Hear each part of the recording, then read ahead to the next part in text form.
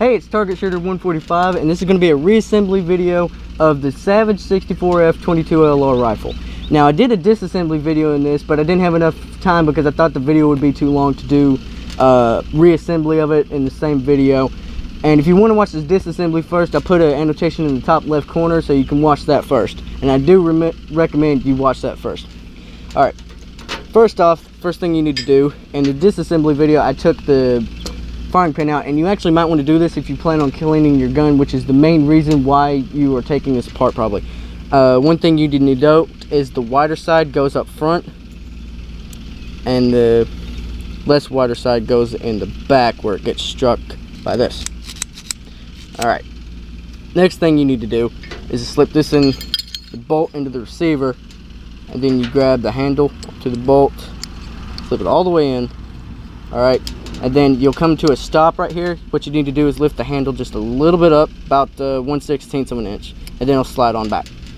Next thing you need to do is to slip the barrel on, and I usually don't take this off because the first time that thing came off, the first time I took this thing apart for cleaning, it was really hard to get it to stay and get back on while I was trying to put the barrel back in. Now you gotta make sure this lines up as good as you can get it. Alright, so there, it's pretty much almost all the way together. Next piece you want to grab is this, and the longer piece right here needs to go more towards the front, and the shorter piece needs to go more towards where the mag weld is. Well, not this, but right here. So you slip that in there, and then it pretty much stays there for you. Then you grab this bolt, and if you're using the actual shape of this thing, you probably need about a 10mm to fit this, but I don't have the right shape, so I'm having to use an 11mm. Make sure you get the threads lined up just right. I recommend using a socket wrench because it's really easy to get this back on with the socket wrench. If I tighten it more.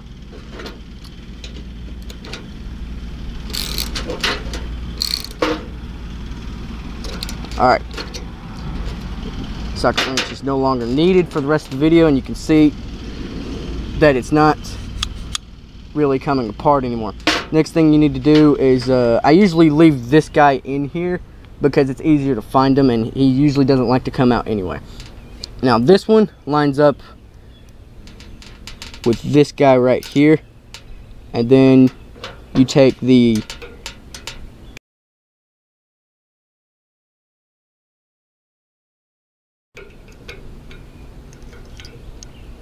mag weld, try to slip it up under this piece that I showed you that the bolt goes over, and it's right there. And what you need to do is grab a flathead, and I know this is a long flathead, and tighten this guy down, because I recommend doing it first because he holds the best. If I can just get my hand steady, hope you can see that it's really tightening down the trigger group right there. And just for the record, if you took apart the trigger group, I would recommend watching another video because I don't really like to get inside the trigger group unless I'm doing something with kinks, trying to make the trigger lighter or something like that. But I usually don't do that and just deal with the weight of the trigger. Alright, next thing you want to do is that you can see these silver washers on these things. When you disassemble this thing, make sure you don't lose these because they really help with locking this thing down. You make sure the hole's lined up, and you might want to put the smaller one on first, and that takes a Phillips head.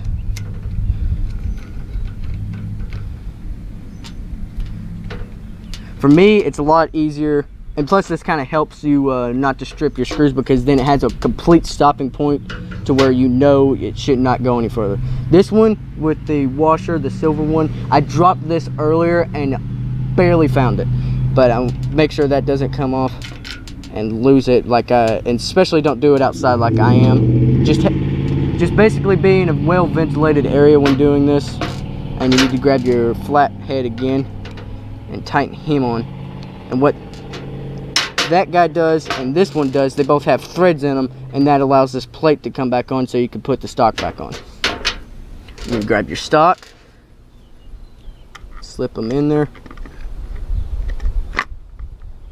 Alright, he's nice and settled. I recommend putting it upside down to make sure it stays. And then take both of these, and these take hex screws, which I really don't know why they bothered doing. And make sure you got these lined up, because the wider part goes more towards the trigger and the thinner part goes more towards the muzzle. And I suggest really hand tightening these first, and I hope you can see okay. I can't see the screen or anything. And what this takes is 3.5 to 4 millimeter hex wrench or Allen wrench. The 4 millimeter fits in there pretty snug, and I think you can manage with the 3.5, which this one doesn't have, so I have to use the 4. And sometimes I really have to push it down because the 4 seems like it's too big. You might want to make these kind of tight to make your rifle a little bit more accurate, because then the upper of the rifle, where the receiver, the bolt, and the barrel is. Now don't strip them out, don't over tighten them. Once they get snug, I give them about a half turn, maybe a quarter of a turn. I do half turns. And there you go. Your Savage 64 is completely reassembled. Make sure he works. Works fine, still locks back. And let's go see if he fires.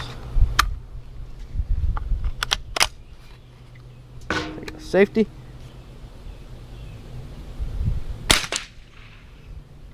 And it fires. Let's just go ahead and take the magazine out. Sometimes it can be a bit difficult. Get the one out of the chamber. And I just got lucky with locking that bolt back. And you're good to go and shoot this again. Have fun shooting. Thanks for watching. I appreciate it very much. Make sure to share this with your friends if they have this rifle or they're thinking about getting it. And thank you very much for watching, and I'll see you next time.